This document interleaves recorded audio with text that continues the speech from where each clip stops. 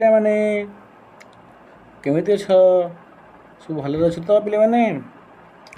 ଆଜି ଆମେ ପଢ଼ିବା ଅଷ୍ଟମ ଶ୍ରେଣୀର ସୋସିଆଲ ସାଇନ୍ସ ପ୍ରାକୃତିକ ସମ୍ବଳ ଓ ତା'ର ବ୍ୟବହାର ବିଷୟରେ ପାଠ ପଢ଼ିବା। ଆଜି ପ୍ରାକୃତିକ ସମ୍ବଳ ଓ ତା'ର ବ୍ୟବହାର। ପ୍ରାକୃତିକ ସମ୍ବଳ ଓ ତା'ର ବ୍ୟବହାର, ଯେ ପ୍ରାକୃତିକ ସମ୍ବଳକୁ ଆମେ କେମିତି ବ୍ୟବହାର କରୁଛୁ, ତା'ର କେମିତି ବ୍ୟବହାର ହୋଇଥାଏ, ସେ ବିଷୟରେ ଆଜି ଆମେ ପାଠ ପଢ଼ିବା। ପ୍ରକୃତି ସହିତ ସମନ୍ୱୟ ରକ୍ଷା କରି ଆମକୁ ଏକ ପୁନଃ ସୃଷ୍ଟିକାରୀ ଅର୍ଥନୀତି ଦିଗରେ ଅଗ୍ରସର ହେବା ପାଇଁ ସମାଜ ବିଜ୍ଞାନୀମାନେ ସ୍ପଷ୍ଟ ମତ ଦେଇଛନ୍ତି। ଏ ପ୍ରକାର ଅର୍ଥନୀତି ବ୍ୟବହୃତ ସମ୍ବଳଗୁଡ଼ିକର ପୁନଃ ଉପଯୋଗ, ଅପଚୟ ହ୍ରାସ ଏବଂ କ୍ଷୟପ୍ରାପ୍ତ ସମ୍ବଳଗୁଡ଼ିକର ପୁନଃ ଭରଣ କରେ। ଆମକୁ ପ୍ରକୃତିର ଅନ୍ତର୍ନିହିତ ଜ୍ଞାନକୁ ଫେରିଯିବାକୁ ପଡ଼ିବ, ଯାହା ସମସ୍ତ ସମ୍ବଳର ଅନ୍ତିମ ପୁନଃ ସୃଷ୍ଟିକାରୀ ଓ ପୁନଃ ଚକ୍ରକାରୀ ଅଟେ। ଏହା ଲେଖିଥିଲେ ଖ୍ରୀଷ୍ଟିଆନ ଫିଗୁରାସ୍ ଓ ଟମ୍ ରିଭେଟ୍ କାର୍ନାକ। ଆମ ପସନ୍ଦର ଭବିଷ୍ୟତ। ତାହେଲେ ଆଶ୍ଚର୍ଯ୍ୟ କରିବା, ଏଥିରେ ରହିଛି ପ୍ରାକୃତିକ ସମ୍ବଳକୁ ଆମେ କିପରି ଶ୍ରେଣୀଭୂତ କରିବା, ପ୍ରାକୃତିକ ସମ୍ବଳର ବଣ୍ଟନ ଓ ଜୀବନର ବିଭିନ୍ନ ଦିଗ ମଧ୍ୟରେ କି ସମ୍ପର୍କ ରହିଛି, ପ୍ରାକୃତିକ ସମ୍ବଳର ଅପବ୍ୟବହାର, ମାତ୍ରାଧିକ ବ୍ୟବହାର ପ୍ରଭାବଗୁଡ଼ିକ କ'ଣ କ'ଣ ସବୁ ହୁଏ, ସେ ବିଷୟରେ ଆମେ ପାଠ ପଢ଼ିବା। ତାହେଲେ ପ୍ରକୃତି କେତେବେଳେ ସମ୍ବଳର ପରିଣତ ହୁଏ ଦେଖିବା। ପ୍ରକୃତି କେତେବେଳେ ସମ୍ବଳରେ ପରିଣତ ହୁଏ, ତାହେଲେ ପ୍ରକୃତିଟା ଆମ କେତେବେଳେ ସମ୍ବଳ ହୁଏ ସେ ବିଷୟରେ ପାଠ ପଢ଼ିବା। ଦେଖ ପିଲାମାନେ, ମନୁଷ୍ୟ ଦ୍ୱାରା ସୃଷ୍ଟି ହୋଇନଥିବା ପରିବେଶ ଅନ୍ତର୍ଗତ ସମସ୍ତ ସଜୀବ ଓ ନିର୍ଜୀବ ପ୍ରରୂପଗୁଡ଼ିକର ସମାହାର ହିଁ ପ୍ରକୃତିର ଅନ୍ୟତମ ଅର୍ଥ। ପିଲାମାନେ, ମନୁଷ୍ୟ ଦ୍ୱାରା ସୃଷ୍ଟି ହୋଇନଥିବା ପରିବେଶ ଅନ୍ତର୍ଗତ ତାହା ପରିବେଶ ମଧ୍ୟରେ ଯେତିକି ଅଛନ୍ତି କ'ଣ, ସମସ୍ତ ଜୀବ ଓ ନିର୍ଜୀବ ପ୍ରରୂପଗୁଡ଼ିକର ସମାହାର କ'ଣ ହୋଇଥାଏ, ପ୍ରକୃତିର ଅନ୍ୟତମ ଅର୍ଥ ବୋଲି କୁହାଯାଏ। ପ୍ରକୃତି ସେତେବେଳେ ସମ୍ବଳର ରୂପ ନିଏ ଯେତେବେଳେ ମନୁଷ୍ୟ ବଞ୍ଚିବା ପାଇଁ ପ୍ରକୃତିରୁ ନୂତନ ଦ୍ରବ୍ୟ ସୃଷ୍ଟି କରେ ଓ ତାହାର ଉପଭୋଗ କରେ। ପିଲାମାନେ, କେତେବେଳେ ପ୍ରକୃତିର ସମ୍ବଳ ହେବ, ଯେତେବେଳେ ସେ ସମ୍ବଳକୁ ମନୁଷ୍ୟ ବଞ୍ଚିବା ପାଇଁ କ'ଣ କରିବ, ପ୍ରକୃତିରୁ ନୂତନ ଦ୍ରବ୍ୟ ବ୍ୟବହାର ସୃଷ୍ଟି କରି ସେ ନିଜେ ବଞ୍ଚିବ, ଉପଭୋଗ କରିବ। ଉଦାହରଣ ସ୍ୱରୂପ ବୃକ୍ଷଲତା ଗୁଡ଼ିକ ପରିବେଶର ଅଂଶ ଭାବେ ମନୁଷ୍ୟ ବିନା ସ୍ୱାଧୀନ ଭାବେ ତିଷ୍ଠି ରହିଥାନ୍ତି। ପିଲାମାନେ, ବୃକ୍ଷଲତା ଗୁଡ଼ିକ ପରିବେଶର ଅଂଶ ଭାବେ ରହିଥାନ୍ତି ଯେତେବେଳେ ମନୁଷ୍ୟ ବିନା ସ୍ୱାଧୀନ ଭାବେ ତିଷ୍ଠି ରହିଥାନ୍ତି। ହେଲା, ଆମେ ଗଛକୁ କାଟି ତା'ର କାଠକୁ ବିଭିନ୍ନ ଗୃହ ଉପକରଣରେ ପରିଣତ କଲେ ହିଁ ଏହାର ସମ୍ବଳରେ ପରିଣତ ହେବ। ବୁଝିହେଲା ପିଲାମାନେ? ଅଧିକାଂଶ ସମୟରେ ଏହି ଉପାଦାନ ଗୁଡ଼ିକ ସହଜରେ ଉପଲବ୍ଧ ହୋଇନଥାଏ। ଉଦାହରଣ ସ୍ୱରୂପ ସମୁଦ୍ର ଶଯ୍ୟାରେ ବହୁ ତଳେ ଗଚ୍ଛିତ ଥିବା ପେଟ୍ରୋଲିୟମ। ହେଲା, ଏ ସମୁଦ୍ର ଶଯ୍ୟାରେ କ'ଣ ବହୁ ତଳେ ଗଚ୍ଛିତ ଥିବା ପେଟ୍ରୋଲିୟମ ଉତ୍ତୋଳନ ପାଇଁ ଆବଶ୍ୟକ ପ୍ରଯୁକ୍ତିବିଦ୍ୟାର ଅଭାବ ହୋଇଥାଏ। ଉତ୍ତୋଳନ ଖର୍ଚ୍ଚର ଆଧିକ୍ୟ କିମ୍ବା ଦେବସ୍ଥଳୀ ଉଦ୍ୟାନ ଗୁଡ଼ିକରୁ ଗଛ କାଟିବା ସାଂସ୍କୃତିକ ଦୃଷ୍ଟିକୋଣରୁ ଗ୍ରହଣୀୟ ହୋଇନଥାଏ। ପିଲା ଆମେ ବୁଝିଲା ଯେ ଆମେ ସମୁଦ୍ରରେ ରହିଥିବା, ଯେ ସମୁଦ୍ର ତଳେ ବହୁତ ବର୍ଷ ତଳେ ରହିଛି ଯେଉଁଟା ପେଟ୍ରୋଲିୟମ, ତାହାକୁ ଉତ୍ତୋଳନ କରିବା ପାଇଁ ବହୁତ ପ୍ରଯୁକ୍ତିବିଦ୍ୟାର ଅଭାବ ହେଉଛି। ହେଲା, ଉତ୍ତୋଳନ ଖର୍ଚ୍ଚ ବି ମଧ୍ୟ ଅଧିକ ହେଉଛି ଏବଂ ଦେବସ୍ଥଳୀ ଗୁଡ଼ିକରୁ ଗଛ କାଟିବାଟା କାହା ଯେ ସାଂସ୍କୃତିକ ଦୃଷ୍ଟିକୋଣରୁ ଗ୍ରହଣୀୟ ହୋଇନଥାଏ। ହେଲା, ତେଣୁ ପ୍ରାକୃତିକ ଦୃଷ୍ଟିକୋଣରୁ ସୁଗମ୍ୟ, ଅର୍ଥନୈତିକ ଦୃଷ୍ଟିକୋଣରୁ ଯଥାର୍ଥ ଓ ସାଂସ୍କୃତିକ ଦୃଷ୍ଟିକୋଣରୁ ଗ୍ରହଣଯୋଗ୍ୟ ପଦାର୍ଥ ଗୁଡ଼ିକୁ ସମ୍ବଳ ଭାବେ ବିବେଚନା କରାଯାଇପାରେ। ସେଥିପାଇଁ କୁହାହେଲାକି ଯେ ଅର୍ଥନୈତିକ ଦୃଷ୍ଟିକୋଣରୁ ଯଥାର୍ଥ ସାଂସ୍କୃତିକ ଦୃଷ୍ଟିକୋଣରୁ ଗ୍ରହଣଯୋଗ୍ୟ ଯେଉଁଟା ପଦାର୍ଥ ହେଉଛି ତାକୁ ଆମେ କ'ଣ କହିବା, ସମ୍ବଳ ଭାବେ ବିବେଚନା କରାଯାଇପାରିବା। ପୃଥିବୀ ସମ୍ବଳର ଏକ ଭଣ୍ଡାର। ପୃଥିବୀ କ'ଣ ସମ୍ବଳ ଭଣ୍ଡାର, ମାନେ ପୃଥିବୀ ମଧ୍ୟରେ ବହୁତ ସମ୍ବଳ ଅଛି, ସେଥିପାଇଁ ପୃଥିବୀ ସମ୍ବଳ ଭଣ୍ଡାର ବୋଲି କୁହାଯାଏ। ମାତ୍ର ଅଧିକାଂଶ ସମ୍ବଳ ସୃଷ୍ଟି ପାଇଁ ଲକ୍ଷ ଲକ୍ଷ ବର୍ଷ ସମୟ ଲାଗେ। ହେଲା, କେତେ ସମ୍ବଳ ଅଛି, ସେ ସମ୍ବଳ ତିଆରି ହେବା ପାଇଁ, ସୃଷ୍ଟି ହେବା ପାଇଁ ବହୁତ ବର୍ଷ ଲାଗିଥାଏ, ଲକ୍ଷ ଲକ୍ଷ ବର୍ଷ ଲାଗିଥାଏ। ମନୁଷ୍ୟ ଏଗୁଡ଼ିକୁ ନେଇ ବ୍ୟବହାର କରିବା ଶିଖିଛି। ହେଲା, ଏ ସମ୍ବଳକୁ ନେଇ ମନୁଷ୍ୟ ବ୍ୟବହାର କରିବା ପାଇଁ ଶିଖିଥାଏ। ଏଥିରେ ସହଜରେ ଉପଲବ୍ଧ ହେଉଥିବା ଜଳ, ବାୟୁ ଓ ମୃତ୍ତିକା ଏବଂ ସହଜରେ ଉପଲବ୍ଧ ହେଉନଥିବା କୋଇଲା, ପେଟ୍ରୋଲିୟମ, ମୂଲ୍ୟବାନ ପଥର, ଖଣିଜ, ଧାତବ ଖଣିଜ ଓ କାଠ ଇତ୍ୟାଦି ସମ୍ବଳ ଅନ୍ତର୍ଭୁକ୍ତ। ବୁଝିପାରିଲ? ଯେ ସହଜରେ ଆମ କେଉଁଟା ହୋଇନଥାଏ, କୋଇଲା ହୋଇନଥାଏ, ପେଟ୍ରୋଲିୟମ, ମୂଲ୍ୟବାନ ପଥର, ଧାତବ ଖଣିଜ, କାଠ, ଏସବୁ କ'ଣ ଏ ସମ୍ବଳ ଗୁଡ଼ିକ ସହଜରେ ହୋଇନଥାଏ।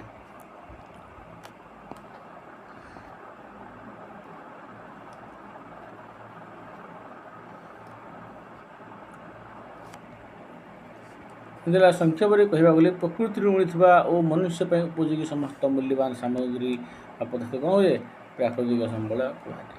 ହେଲା ଏ ପ୍ରକୃତିରୁ ମିଳୁଥିବା ଓ ମନୁଷ୍ୟ ପାଇଁ ଉପଯୋଗୀ ବା ମନୁଷ୍ୟ ବ୍ୟବହାର କରୁଥିବା ସମସ୍ତ ମୂଲ୍ୟବାନ ସାମଗ୍ରୀକୁ କ'ଣ କୁହାଯାଏ ପ୍ରାକୃତିକ ସମ୍ବଳ କୁହାଯାଏ। ପ୍ରାକୃତିକ ସମ୍ବଳର ପ୍ରକାର ବିଜ୍ଞାନରେ ଆମେ ବିଭିନ୍ନ ପଦାର୍ଥର ନାମକରଣ ବର୍ଗୀକରଣର ଉପାଦେୟତା ବିଷୟରେ ଜାଣିଛେ। ବିଭିନ୍ନ ପଦାର୍ଥର ବର୍ଗୀକରଣ କଲାବେଳେ ଆମେ କିଛି ସାଧାରଣ ଲକ୍ଷଣକୁ ବିଚାରକୁ ନେଇ ବିଭିନ୍ନ ବର୍ଗର ନାମ ପାଇଁ ଏକ ଶବ୍ଦ ବାକ୍ୟାଂଶ ବ୍ୟବହାର କରିଥାଉ। ଯେତେବେଳେ ଏହି ନାମ ବା ବାକ୍ୟାଂଶକୁ ଲୋକମାନଙ୍କ ଭିତରେ ବ୍ୟବହାର କରାଯାଏ ସେତେବେଳେ ଏହାର ବ୍ୟାପକ ଅର୍ଥ ସହଜରେ ବୋଧଗମ୍ୟ ଜାଣି ହୋଇଥାଏ। ଏହାକୁ ବାରମ୍ବାର ବୁଝାଇବାର ଆବଶ୍ୟକତା ପଡ଼ିନଥାଏ ଏବଂ ଆମେ ମଧ୍ୟ ଏହାକୁ ଅଧିକ ପ୍ରଭାବଶାଳୀ ଢଙ୍ଗରେ ଉପସ୍ଥାପନ କରିପାରିଥାଉ। ପୂର୍ବ ଶ୍ରେଣୀ ତୁମେ ସଜୀବ ନିର୍ଜୀବ ପଦାର୍ଥ ବିଷୟରେ ଜାଣିଛ। ଆମେ ଏସବୁ ଶବ୍ଦ ବ୍ୟବହାର କରିବା ମାତ୍ରେ ଏହାର ଅର୍ଥ ଜଣାପଡ଼ିଥାଏ।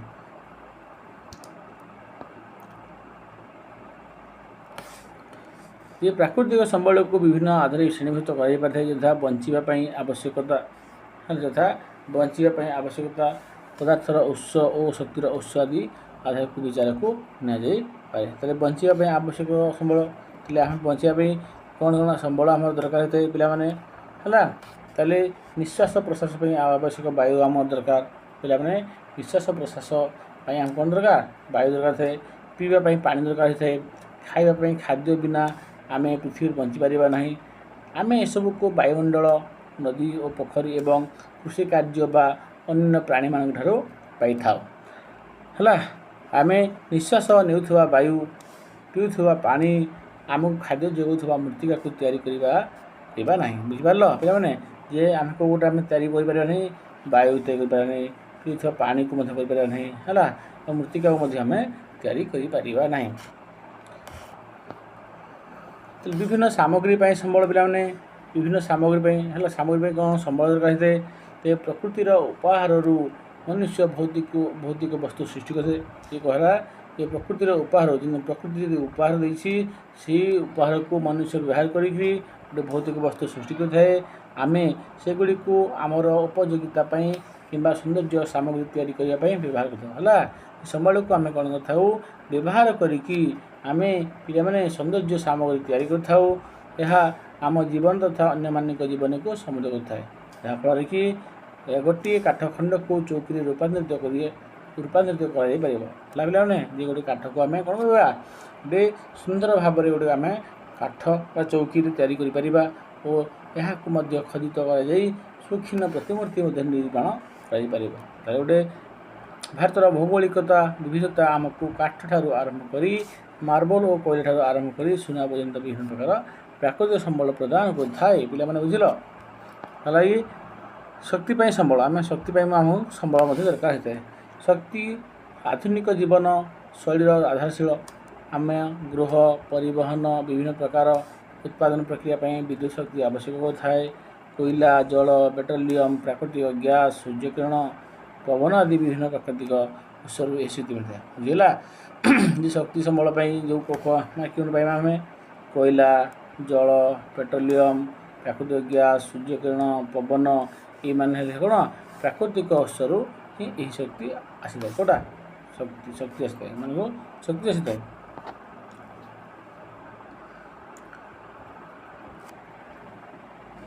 ନବୀକରଣ ଯୋଗ୍ୟ ଓ ନବୀକରଣ ଅଯୋଗ୍ୟ ସମ୍ବଳ ଗୁଡ଼ିକ ପୁନଃ ସୃଷ୍ଟି ହୋଇପାରିବ କି ନାହିଁ ତାହାକୁ ଆଧାର କରି ସେଗୁଡ଼ିକୁ ଅନ୍ୟ ପ୍ରକାରରେ ଶ୍ରେଣୀଭୁକ୍ତ କରାଯାଇପାରେ ହେଲା। କୁହାହେଲା ଯେ ସମ୍ବଳ ଗୁଡ଼ିକୁ ଆମେ ପୁନଃ ସୃଷ୍ଟି ହୋଇପାରିବ କି ନାହିଁ ଦେଖିବା ଆଉ ଥରେ ସୃଷ୍ଟି ହୋଇପାରିବ କି ନାହିଁ ତାହାକୁ ଆଧାର କରିକି ସେଗୁଡ଼ିକ ଅନ୍ୟ ପ୍ରକାର ଶ୍ରେଣୀଭୁକ୍ତ କରିବାକୁ ପଡ଼ିବ ହେଲା। ପୁନରୁଦ୍ଧାର କରିବା ଓ ପୁନଃ ସୃଷ୍ଟି କରିବା ପ୍ରକୃତିର ଏକ ସାଧାରଣ ନିୟମ। ମାନେ ପୁନରୁଦ୍ଧାର କରିବା ମାନେ ଆଉ ଥରେ ଉଦ୍ଧାର କରିବା ଏବଂ ଆଉ ଥରେ ସୃଷ୍ଟି କରିବା ଗୋଟେ ପ୍ରକୃତିର ଏକ ସାଧାରଣ ନିୟମ। କୌଣସି ଦ୍ରବ୍ୟ ଯଦି ନଷ୍ଟ କିମ୍ବା କ୍ଷତିଗ୍ରସ୍ତ ହୋଇଥାଏ ଏହାକୁ ପ୍ରାରମ୍ଭିକ ଅବସ୍ଥାରୁ ଫେରାଇ ଆଣିବାକୁ ପୁନରୁଦ୍ଧାର ପ୍ରକ୍ରିୟା କୁହାଯାଏ। ପିଲାମାନେ କହିଲେ କୌଣସି ଯଦି ଦ୍ରବ୍ୟ ନଷ୍ଟ ହୋଇଯାଏ ବା କ୍ଷତିଗ୍ରସ୍ତ ହୋଇଯାଏ ଏହାକୁ ପ୍ରାରମ୍ଭିକ ଅବସ୍ଥାକୁ ଫେରି ଆଣିବାକୁ ହେଲେ ଆମେ କ'ଣ କରିବା ପୁନରୁଦ୍ଧାର ପ୍ରକ୍ରିୟା କରିବାକୁ ପଡ଼ିବ। ତାହେଲେ ପ୍ରକୃତି ସମୟାନୁସାରେ ନିଜକୁ ସୁସ୍ଥ ଓ ନବୀକରଣ କରି ସ୍ଥିତାବସ୍ଥା ବଜାୟ ରଖେ।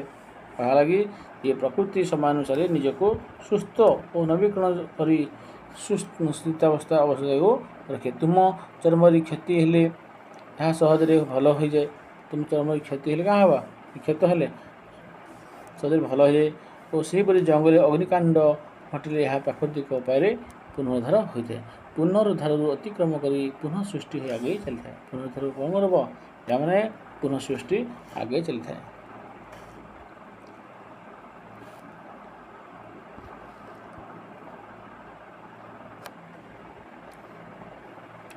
ଏଟା କୁହାଗଲା ଯେ ନୂତନ ଜୀବନ ସୃଷ୍ଟି କରିବା ଓ ତିଷ୍ଠିବା ପାଇଁ ଉପଯୁକ୍ତ ପରିସ୍ଥିତି ପ୍ରସ୍ତୁତ କରିବାର ସାମର୍ଥ୍ୟ ପ୍ରକୃତିର ଅଛି। ଗୃହ ନିର୍ମାଣ ପାଇଁ ମାନବୀୟ ହସ୍ତକ୍ଷେପ ଜନିତ ଜଙ୍ଗଲ କ୍ଷୟ ହୋଇଥିବା ସ୍ଥାନଗୁଡ଼ିକର ଆମେ ବୃକ୍ଷରୋପଣ କରିଥାଉ। ପିଲାମାନେ ଏ ବୃକ୍ଷ ନିର୍ମାଣ ପାଇଁ ମାନବୀୟ ହସ୍ତକ୍ଷେପ ଜନିତ ଯେତେବେଳେ ମାନବମାନେ ଜଙ୍ଗଲକୁ ହସ୍ତକ୍ଷେପ କରିଥାନ୍ତି, ନଷ୍ଟ କରିଥାନ୍ତି, ଜଙ୍ଗଲ କ୍ଷୟ ହୋଇଥିବା ସ୍ଥାନଗୁଡ଼ିକରେ ଆମେ ବୃକ୍ଷରୋପଣ କରିଥାଉ। ସେଠାରେ ମୂଳତଃ ଜନ୍ମିଥିବା ବୃକ୍ଷଗୁଡ଼ିକର ପ୍ରତିରୋପଣ କରିବା ଦ୍ୱାରା ପରିସଂସ୍ଥାର ପୁନରୁଦ୍ଧାର ହେଲା। ଯେତେବେଳେ ଆମେ ଗଛମାନଙ୍କୁ କାଟି ଦେଉଛୁ ହେଲା, ସେଇ ଗଛ ଯେଉଁ କାଟି ଦେଇଥିବା ସେ ଗଛରେ ଆମେ ଆଉ ଗୋଟେ ଯଦି ଗଛ ଲଗାଇବା ତାହେଲେ କ'ଣ ହେବ, ପରିସଂସ୍ଥାଟା କାଁ ହେବ, ପୁନରୁଦ୍ଧାର ହୋଇପାରିବ। ବୃକ୍ଷ ଗୁଡ଼ିକ ବିଭିନ୍ନ ପକ୍ଷୀ, ଗୁଣ୍ଡୁଚି, ମୂଷା ଓ ଅନ୍ୟାନ୍ୟ ପ୍ରାଣୀମାନଙ୍କୁ ଖାଦ୍ୟ ଓ ଆଶ୍ରୟ ପ୍ରଦାନ କରେ। ଜୀବନ ପୁନଃ ସଞ୍ଚାଳିତ ହୁଏ। ପିଲାମାନେ ବୃକ୍ଷ ବିଭିନ୍ନ କ'ଣ ପକ୍ଷୀମାନଙ୍କୁ, ଗୁଣ୍ଡୁଚିଆ, ମୂଷା ବା ଏଇ ପ୍ରାଣୀମାନଙ୍କୁ କ'ଣ ଖାଦ୍ୟ ଦେଇଥାଏ, ଆଶ୍ରୟ ମଧ୍ୟ ଦେଇଥାଏ ଏବଂ ଜୀବନ ମଧ୍ୟ କ'ଣ ହୋଇଥାଏ, ଆଉ ଥରେ ପୁନଃ ସୃଷ୍ଟି ହୋଇଥାଏ, ମାନେ ପୁନଃ ସଞ୍ଚାଳିତ ବଞ୍ଚିବାର ତାଙ୍କର ଆଗ୍ରହ ବଢ଼ିଥାଏ। ପ୍ରକୃତିର ଚକ୍ରାକାର ଗତି କୌଣସି ଅପଚୟ ଘଟିବାକୁ ଦେଇନଥାଏ। ତାହେଲେ ପ୍ରକୃତି ଚକ୍ରାକାରରେ କୌଣସି ଅପଚୟ ଘଟିବାକୁ ଦେଇନଥାଏ। ମନେ କରାଯାଉ ଜଙ୍ଗଲରେ ଏକ ଗଛ ମରି ପଡ଼ିଛି। ଏହା ବ୍ୟାକ୍ଟେରିଆ, କବକ ଓ କୀଟପତଙ୍ଗମାନଙ୍କ ଦ୍ୱାରା ବିଘଟିତ ହୋଇ ମାଟିର ଏକ ଅଂଶ ହୋଇଯାଏ। ପିଲାମାନେ ଯେତେବେଳେ ଗୋଟିଏ ଗଛଟେ ମରି ପଡ଼ିଥିବ ସେହି ସମୟରେ ବ୍ୟାକ୍ଟେରିଆ, କବକ, କୀଟପତଙ୍ଗମାନଙ୍କ ଦ୍ୱାରା ବିଘଟିତ ହୋଇକରି ମାଟିରେ କ'ଣ ହେବ, ମାଟିରେ ଏହା ମିଶିଥାଏ ଏବଂ ମୃତ୍ତିକାକୁ ସମୃଦ୍ଧ କରିଥାଏ। ପୁନଶ୍ଚ ମଞ୍ଜିରୁ ନୂତନ ଗଛ ସୃଷ୍ଟି ହୁଏ ଏବଂ ମଞ୍ଜିରୁ କ'ଣ ହୋଇଥାଏ, ପିଲାମାନେ ଗୋଟିଏ ନୂତନ ଗଛ ସୃଷ୍ଟି ହୋଇଥାଏ ଓ ବଡ଼ ହୋଇ ଶେଷରେ କିଛି ଗଛ ପୁଣି ପଡ଼ିଯାଏ। ଚକ୍ର ଗତି ପୁନର୍ବାର ଆରମ୍ଭ ହୁଏ। ଏଗୁଡ଼ିକ ପୁନରୁଦ୍ଧାର ଓ ପୁନଃ ସୃଷ୍ଟି ଜନିତ ପ୍ରଚଳିତ ନୀତିର ଗୋଟିଏ ଉଦାହରଣ। ନବୀକରଣ ଯୋଗ୍ୟ ସମୟାନୁକ୍ରମେ ନବୀକରଣ ଯୋଗ୍ୟ ସମ୍ବଳଗୁଡ଼ିକ ଉପରୋକ୍ତ ବୈଶିଷ୍ଟ୍ୟମାନ ସୃଷ୍ଟି କରି ଭାରତର ଅଧିକାଂଶ ସ୍ଥାନରେ ପ୍ରଚୁର ସୂର୍ଯ୍ୟକିରଣ ଉପଲବ୍ଧ ହୋଇଥାଏ। ପିଲାମାନେ ଭାରତ କେତେକ ସ୍ଥାନ ଅଛି, ସେହି ସ୍ଥାନମାନଙ୍କରେ କ'ଣ ହୋଇଥାଏ, ପ୍ରଚୁର ସୂର୍ଯ୍ୟକିରଣ ଉପଲବ୍ଧି ହୋଇଥାଏ। ନିୟମିତ ବର୍ଷା ଓ ହିମବାହ ତରଳିବା ଯୋଗୁଁ ନଦୀଗୁଡ଼ିକରେ ଜଳ ପ୍ରବାହ, ଜଙ୍ଗଲର ପୁନଃ ସୃଷ୍ଟି ଓ ମୃତ୍ତିକାର ପୁନରୁଦ୍ଧାର ଇତ୍ୟାଦି ପ୍ରାକୃତିକ ପ୍ରକ୍ରିୟାରେ ସଂଘଟିତ ହୋଇଥାଏ। ଭଲ ଲାଗି ଇଏ କ'ଣ ଆମେ ତଳିବା ଦ୍ୱାରା ନିୟମିତ ବର୍ଷା, ହିମବାହ ତଳିବା ଯୋଗୁଁ କ'ଣ ହୋଇଥାଏ, ନଦୀଗୁଡ଼ିକରେ ଜଳ ପ୍ରବାହ ହୋଇଥାଏ, ଜଙ୍ଗଲ ପୁନଃ ସୃଷ୍ଟି ହେବାକୁ ସୃଷ୍ଟି କରିଥାଏ, ମୃତ୍ତିକାର ପୁନରୁଦ୍ଧାର ହେଲା, ଏସବୁ ପ୍ରକ୍ରିୟା ପ୍ରାକୃତିକ ପ୍ରକ୍ରିୟାରେ ସଂଘଟିତ ହୋଇଥାଏ। ସୌରଶକ୍ତି, ପବନ ଶକ୍ତି ଓ ପ୍ରବାହିତ ଜଳରୁ ଉତ୍ପନ୍ନ ଶକ୍ତି, ଜଙ୍ଗଲରୁ କାଠ ଆଦିର ଧାରଣୀୟ ପରିଚାଳନା ବିନା ସେଗୁଡ଼ିକ ନବୀକରଣ ଯୋଗ୍ୟ ସମ୍ବଳ ହୋଇପାରିବ ନାହିଁ। କହିଲା ପିଲାମାନେ ଯେ ସୌରଶକ୍ତି, ପବନ ଶକ୍ତି ଓ ପ୍ରବାହିତ ଜଳରୁ ଉତ୍ପନ୍ନ ଶକ୍ତି, ଜଙ୍ଗଲରୁ କାଠ ଆଦିର ଧାରଣୀୟ ପରିଚାଳନା ବିନା କ'ଣ ହେବ, ନବୀକରଣ ଯୋଗ୍ୟ ସମ୍ବଳ ହୋଇପାରିବ ନାହିଁ। ସେଥିପାଇଁ ନବୀକରଣ ଯୋଗ୍ୟ ସମ୍ବଳ ନିମ୍ନୋକ୍ତ ସର୍ତ୍ତ ଉପରେ ପର୍ଯ୍ୟବେସିତ। କେଉଁଗୁଡ଼ା ଏହା ପୁନରୁଦ୍ଧାର ହୋଇପାରିବ ଓ ପୁନଃ ସୃଷ୍ଟିର ପ୍ରାକୃତିକ ନିୟମକୁ ପ୍ରତିହତ କରୁନଥିବା ଆବଶ୍ୟକ। ପିଲାମାନେ କାଲି କ'ଣ ହେଲା, ପୁନରୁଦ୍ଧାର କରାଯିବ ଆଉ ପୁନଃ ସୃଷ୍ଟିର ପ୍ରାକୃତିକ ନିୟମ କ'ଣ କରିବାନି, ପ୍ରତିହତ କରୁନଥିବ ଆବଶ୍ୟକ। ଜଙ୍ଗଲୀ ଗଛ ସୃଷ୍ଟି ତୁଳନାରେ ଆମେ ଅଧିକ କାଠ କାଟିଲେ ଶେଷରେ ଜଙ୍ଗଲ କ'ଣ ହେବ, ସମ୍ପୂର୍ଣ୍ଣ କ୍ଷୟ ହୋଇଯିବ। ମନୁଷ୍ୟ ଏହି ଦାୟିତ୍ୱହୀନ କାର୍ଯ୍ୟ ପାଇଁ ପ୍ରକୃତିରେ କିଭଳି ଅନେକ ଚକ୍ରାକାର ଗତି ବାଧାପ୍ରାପ୍ତ ହୋଇଛି ତା ବୈଜ୍ଞାନିକମାନେ ଏକ ଆଲୋଚନାକୁ ଆଣିଛନ୍ତି। ଅନେକ ଗୁଡ଼ିଏ କାରଣ ସମ୍ମିଳିତ ଭାବେ କାର୍ଯ୍ୟ କରୁଛନ୍ତି। ଆମେ ଅନୁଭବ କରୁଥିବା ଅତ୍ୟଧିକ ତାପମାତ୍ରା ବୃଦ୍ଧିର ଦୁଇଟି କାରଣ ରହିଛି। କ'ଣ, ଜୀବାଶ୍ମ ଇନ୍ଧନ, ଭିତ୍ତିକ ଶିଳ୍ପାୟନ ଏବଂ କୃଷି ଓ ଅନ୍ୟାନ୍ୟ ଉଦ୍ଦେଶ୍ୟରେ ଜଙ୍ଗଲ କ୍ଷୟ। ତାପବୃଦ୍ଧି କାରଣରୁ ହିମାଳୟର କେତେକ ସ୍ଥାନରେ ହିମବାହର ଗଳନ ହାର ବର୍ଷଣ ଦ୍ୱାରା ପୁନଃଭରଣ ଠାରୁ ଅଧିକ ରହୁଛି। ଏହାର ପ୍ରଭାବ ହିମାଳୟ ଜଳୋତ୍ସ ଉପରେ ନିର୍ଭର କରୁଥିବା ସମତଳ ବାସିନ୍ଦାଙ୍କ ଉପରେ ପଡ଼ୁଛି। ପିଲାମାନେ यार प्रभावटा केने बढ़ुचे हिमालय जलस्तर मैंने हिमालय प्रदेश जो मैंने लोक मैंने बसवास कर समुद्र बसवासी मैंने सब प्रभाव पड़ुछि।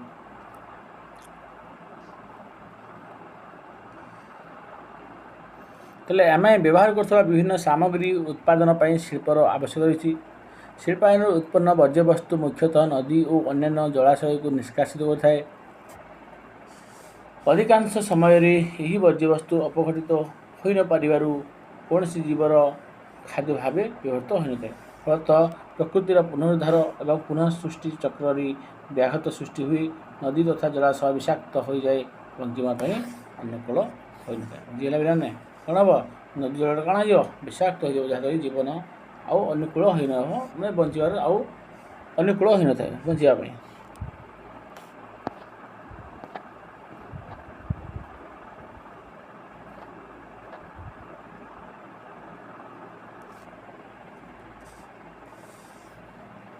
नवीकरण अयोग्य संबल नवीकरण अयोग्य संबल सृष्टि होगापी बहु वर्ष लगी है। पे नवीकरण अयोग्य संबल सृष्टि होगा कौन होता बहुत वर्ष लगी है। आम जो हार से व्यवहार करुचे सेगुड़िकर से ही हार पुनर्भरण संभव नुहे। उदाहरण स्वरूप पे जीवाश्म इंधन कोयला पेट्रोलियम लुहा तंबा चूना भली खनिज और धातुगुड़िक यह संबल अंतर्भुक्त। भारत यथेष्ट परिमाण कोयला भंडार रही है। भारत यथेष्ट परिमाण कौन अच्छे कोयला भंडार रही। वर्धित जनसंख्यार शक्ति जिते जनसंख्या बढ़ी चली है आवश्यकता पूरण पर आम यही कोयलार खनन कर जिते परिमाण जनसंख्या बढ़ी चली से अनुसार आम कौन कर कोयला खने खनन कर चलीचु है। तेरे भारत में गच्छित थिबा कोयला भंडार आउ 50 वर्ष पर्यंत रही पारे बोली आकलन कर पे ये आम भारत में गच्छित कोयलाटा केते वर्ष पर्यंत रही अनुमान कर 50 वर्ष प्राय रहा आकलन कर। क्रमागत जनसंख्या वृद्धि और विकास कार्य त्वरान्वित होगा जो दिन को दिन विद्युत शक्तिर चाहिदा वृद्धि बारे लगी। पे क्रमागत जनसंख्या वृद्धि और विकास कार्य त्वरान्वित होगा जो दिन को दिन विद्युत शक्तिर चाहिदा वृद्धि पाइबारे लगी। जे पर्यंत यार स्थायी विकल्प व्यापक भाव में उपलब्ध होना से पर्यंत आम गच्छित थिबा कोयलार यथाचित व्यवहार करने को हेब अल्प अल्प कर पड़ो मैंने बहुत परिमाण करने कथा नुहे। ताले पे आम पढ़ा नेक्स्ट क्लास रे प्राकृतिक संबलर बंटन पढ़ा और यार प्रभाव पढ़ा। जदि पे जदि भल लगे पे निश्चय चैनल को सब्सक्राइब करदे। रोची जय जगन्नाथ।